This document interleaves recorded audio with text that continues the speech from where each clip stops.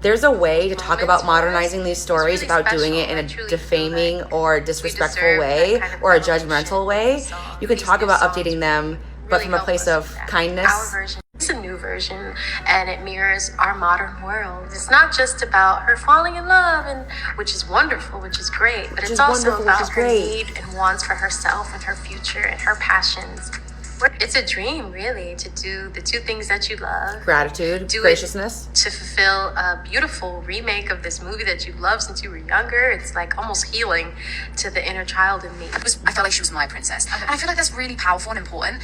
Just when you're young, to see someone that you see yourself in. Yeah, totally. I think that there's a lot of depth to these movies, but when you're really, really young, that's something that you just hold on to, and I think that's something that I felt she complements the originals. Like through an adult as well. Yeah, it does. But did you try and make her any different to the animation, or do you think let's try and keep it as close as possible to what we... I definitely wanted to kind of modernize her. Fine. I think that for me, what was important is keeping the same feeling that she gave me. So what I felt watching her, that kind of feeling...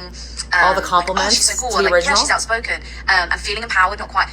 But still wanting to update it. Keep that feeling, but also saying a lot of the same things, but in a totally different tone. Disney just did a great job of making those plot changes work and making them feel fresh.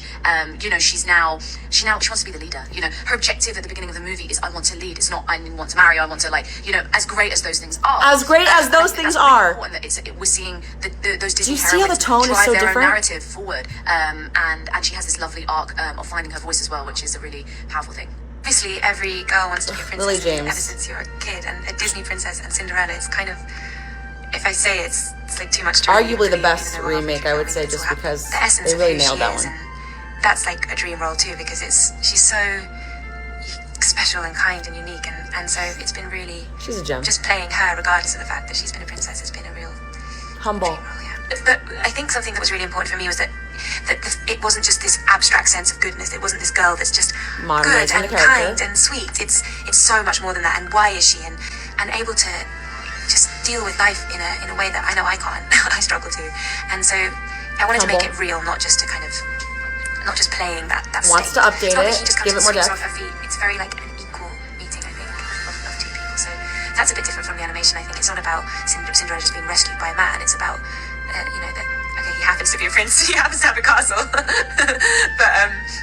they're really perfect for one doesn't another. Defame the original. They hold that, they then treasure that, have courage and be kind together. It's like I've known this movie for as long as I can remember. It's really special, and it feels like I definitely felt pressure because understands the weight and the importance of it. As a young girl, and, you know, she's kind of sacred a little bit. When you love something that much, you really want to do it justice. You get to play Aurora, Princess of Beauty. Have you always wanted to play a princess, and if so, why? I was a Disney princess girl. Like, same for her. I watched all those movies, and yeah, when very you asked sweet. me like, what do you want to be when you grow up? When I was little, I would say Disney princess because that's like the ultimate goal in life, I think.